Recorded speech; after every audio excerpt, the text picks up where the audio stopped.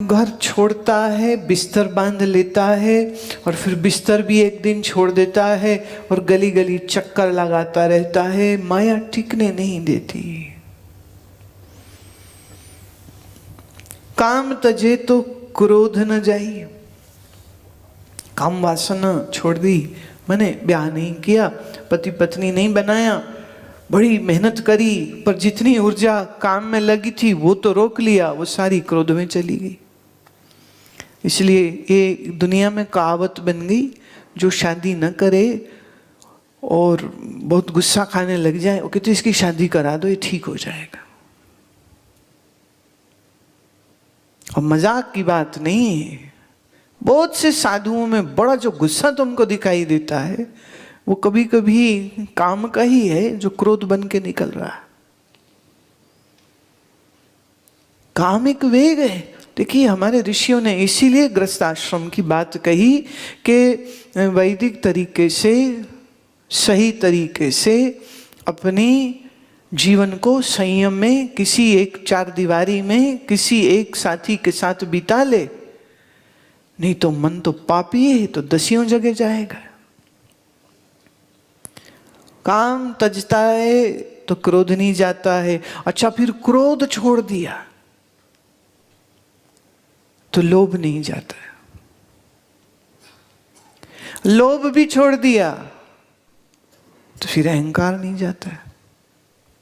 तुमने देखा अखबारों में आ जाते हैं, फलान सेठ ने अपनी अरबों की संपत्ति त्याग के, और उसका जो कार्यक्रम हुआ उस कार्यक्रम पे 5 करोड़ खर्च कर दिया। दुनिया भर के अखबार और टीवी और जर्नल्स बुलाए गए और उसका जुलूस निकला तो 50 लाख उसमें खर्च कर दिया। छोड़ रहे हैं कि पकड़ रहे हैं?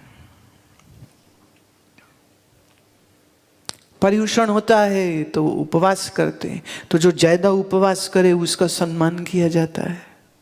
जो ज्यादा रुपया मंदिर को दान दे उसको पगड़ी पहनाई जाती है। मंदिर हिंदू का हो, जैन का हो या गुरुद्वारे का हो, जो ज्यादा माल चढ़ाता है, जो ज्यादा मैंने लोभ छोड़ रहा है, वो दे रहा है, तो देने वाले को क्या मिलता है? सम्मान, मान, बड़ाई, शोभा। मान मिलता है, शोभा मिलती। काम छोड़ दिया, क्रोध छोड़ दिया, लोभ छोड़ दिया, फिर अहंकार न गया, और जब अहंकार न गया तो फिर मान और शोभा की चाह नहीं जाती। मन बैरागी माया त्यागी। ए मन बैरागी हो, छोड़ इस माया को, शब्द में सुरत समाई।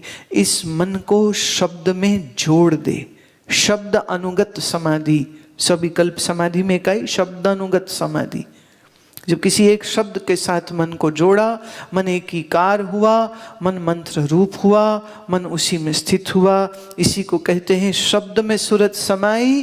कहे कबीर सुनो भाई साधो, ये गम बिरले पाई। गम यहाँ खुशी और गम वाला गम नहीं है। ये गम मतलब है जानना। इस रहस्य को कौन जानेगा? जो वैरागी होगा। जो वैरागी होगा, माने काम न, क्रोध न, लोभ न, अहंकार नहीं, मान नहीं, बड़ाई नहीं। अब देखिए ये सब खड्डे हैं मन के। हमें कुछ नहीं चाहिए, हमें कुछ नहीं, पर हमें मान जरूर चाहिए। वो कहते मान मिले न मिले, कहीं जाए तो रुपया पैसा जरूर मिलना चाहिए। तो कोई यहाँ फंसा है, कोई यहाँ फंसा है, कोई यहाँ फंसा है। कोई मुनि अपने त्याग के अभिमान में फंसा है और कोई उद्योगपति अपने माल के अभिमान में फंसा है। फंसे दोनों हुए हैं। एक नंगा फंसा है, एक रेशम पहन के फंसा, बस इतना ही फर्क है। एक रोल्स रॉयस कार में बैठ के फंसा है और एक सड़क पे नंगे पांव चलने में फंस गया है।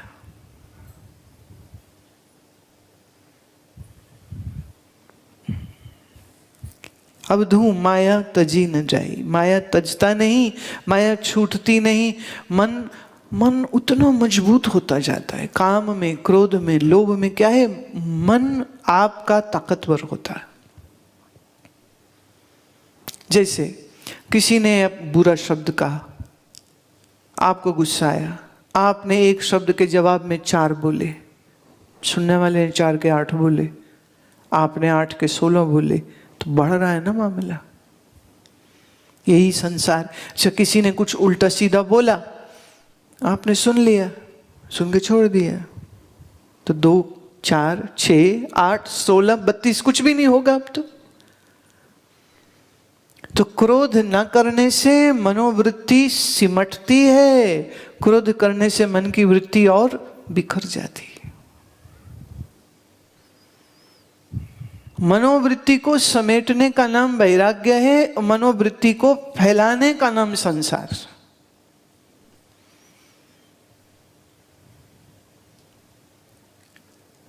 बड़ी समस्या है भाई साहब। सच तो ये है कि इसमें इतनी बारीकी से मन फंसाता है कि फंसने वाले को पता भी नहीं चलता कब फंस गया, और फंस भी जाता है।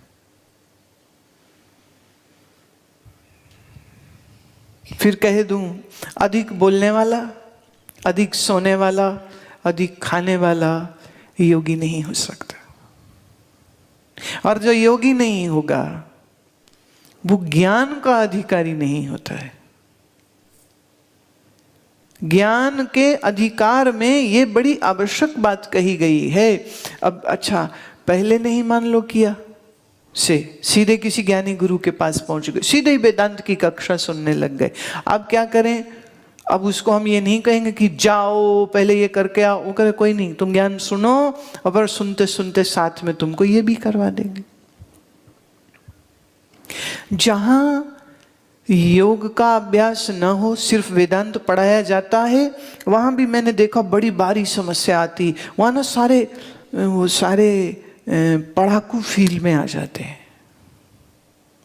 हमने कठोपनिषद पढ़ी, हमने ईशावास्य पढ़ी, बृहदारण्यक पढ़ ली, हमने पंचदशी पढ़ ली, हमने विवेक चूड़ामणि भी पढ़ ली, सब पढ़ लिया हमने।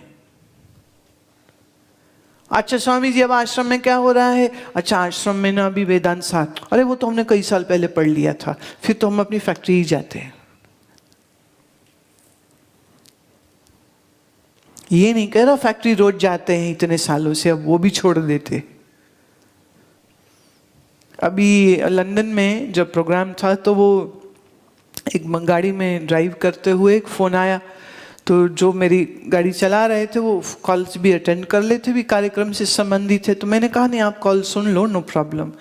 तो वो कार के स्पीकर में चूँकि चल रहा है तो मैं भी सुन रही हूँ। अब उनको तो ये मालूम नहीं कि जिसको फ़ोन किया मैं उसके पास ही बैठी हूँ और स्पीकर फ़ोन से बातचीत हो रही।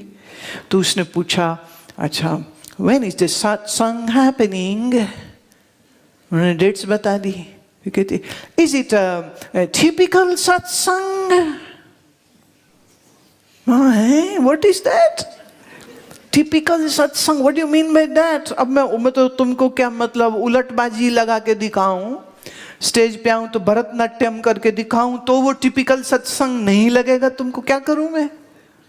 तो खूब हंसते रहे बाद में। मैं ये क्या मतलब था?